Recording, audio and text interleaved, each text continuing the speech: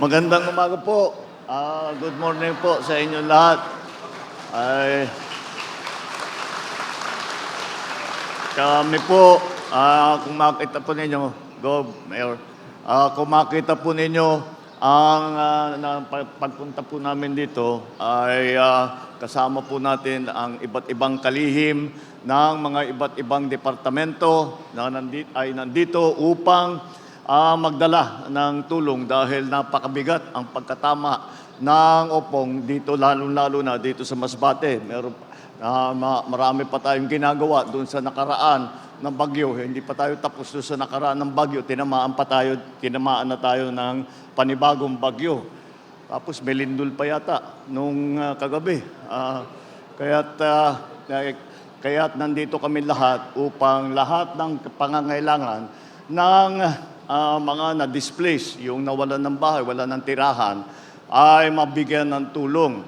Unang-una, siyempre, ito yung nakikita po ninyo, meron po tayo galing sa DSWD. Nandito po si Secretary Rex Gatchalian ng DSWD. At nauna na siya. Anong kahapon pa yata. Day 1, nandito na siya. At nakapagpadala kaagad nitong ating food pack. Meron tayong family food box. Ito, yung nakikita ninyo, pamimigay natin sa lahat ng mga nangangailangan. At tuloy-tuloy po yan. Hindi lamang ito yung nakikita ninyo sa harap ninyo. Marami po tayo nakareserba dahil kawawa naman ang ating mga kababayan kapag hindi natin natulungan, lalong-lalo na sa oras na ganito. Andiyan po mga food pack. Ang PCSO nagpadala rin ng kanilang sariling food pack. Meron din tayong tinatawag na hygiene kit upang meron kayong magamit para to keep yourself, para maging healthy naman kayo at maaalagaan nyo, lalo na yung mga bata. Kasi pag nakikita ko itong mga evacuation center na ganito, ay nakikita natin ang nagsisiksikan ng tao at mabilis kumalat ang sakit kung sakali meron man. Kaya andyan din ang ating mga medical team ng Department of Health para tumingin at tiyakin na kayong lahat ay naaalagaan. Ngayon, tinignan po natin ang report sa atin naman ng ating kalihim ng DepEd, Secretary Sani Angara. Nakita naman natin na napakalaki ng sira na nandito sa mga eskwelahan at yan po ay maayos naman po natin yan within 1 month, 30 days. Dahil ilan ang classroom na nasira?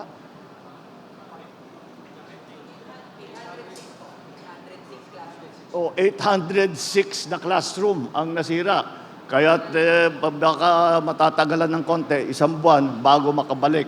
Ang pinakamalaking problema sa kasalukuyan ay yung kuryente. Dahil yun ang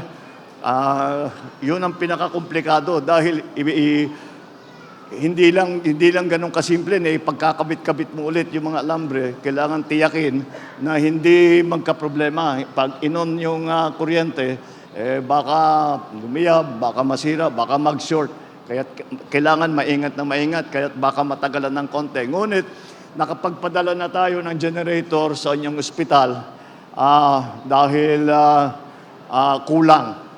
May generator ang ospital pero kulang. Kaya dinamihan natin ang generator para mas maraming pasyente ang kayang tanggapin ng inyong ospital. Ngayon, dito sa relief naman, yung DOLE, meron silang programa, yung TUPAD, meron binigay, at yung ibang programa, yung GIP, yung, what's the other one? Nakapag-release na sila yung TUPAD para sa mga cash for work, para sa mga livelihood project, para naman makabawi ng 28 million na ang binitawan ng DOLE para sa ating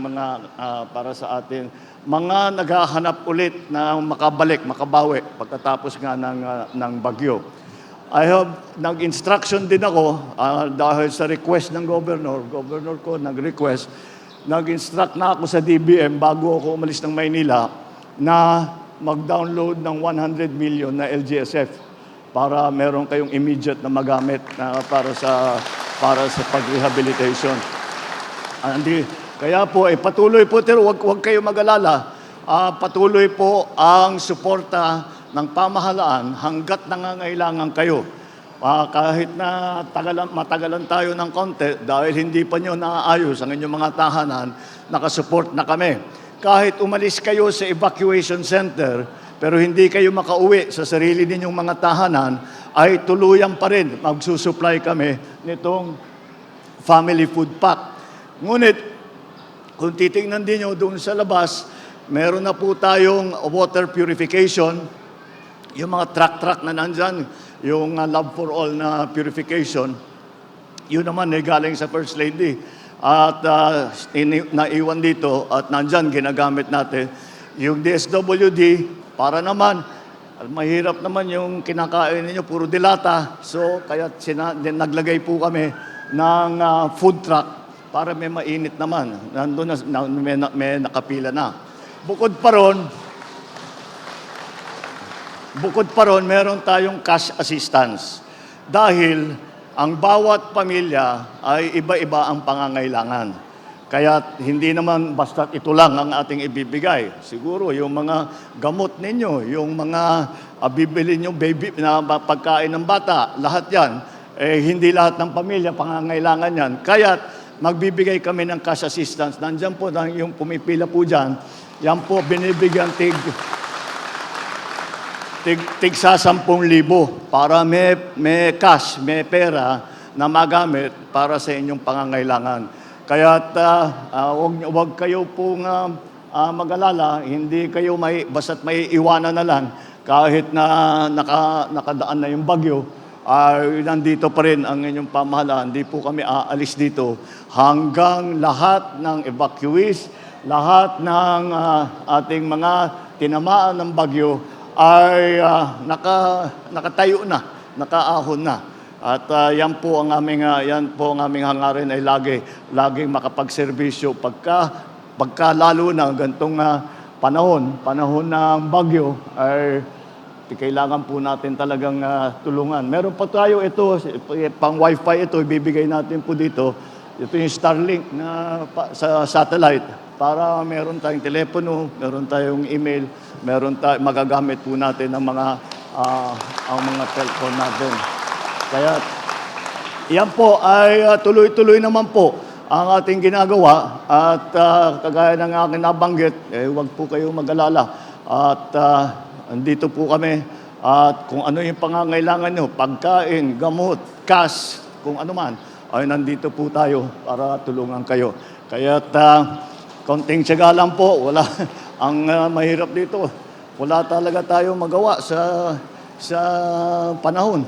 At kung babagyo, kahit na anong gawin natin. Ang maaari lang natin gawin ay paghandaan, makapag-evacuate. Mukha naman nagawa natin, naka-preemptive evacuation ng probinsya. Pero medyo minalas ang Masbate. Dahil pagpasok ng Opong sa pool, talagang tinamaan ang pinakamalakas na tama. Meron siyempre yung ibang probinsya, Romblon, marami, may tama din sila. Pero hindi kagaya dito sa naranasan ninyo dito sa Masbate. Kaya dito po kami nauna at tinitiyak po namin na lahat po kayo ay suportado ng mga iba't ibang ahensya ng ating pamahalaan. Kaya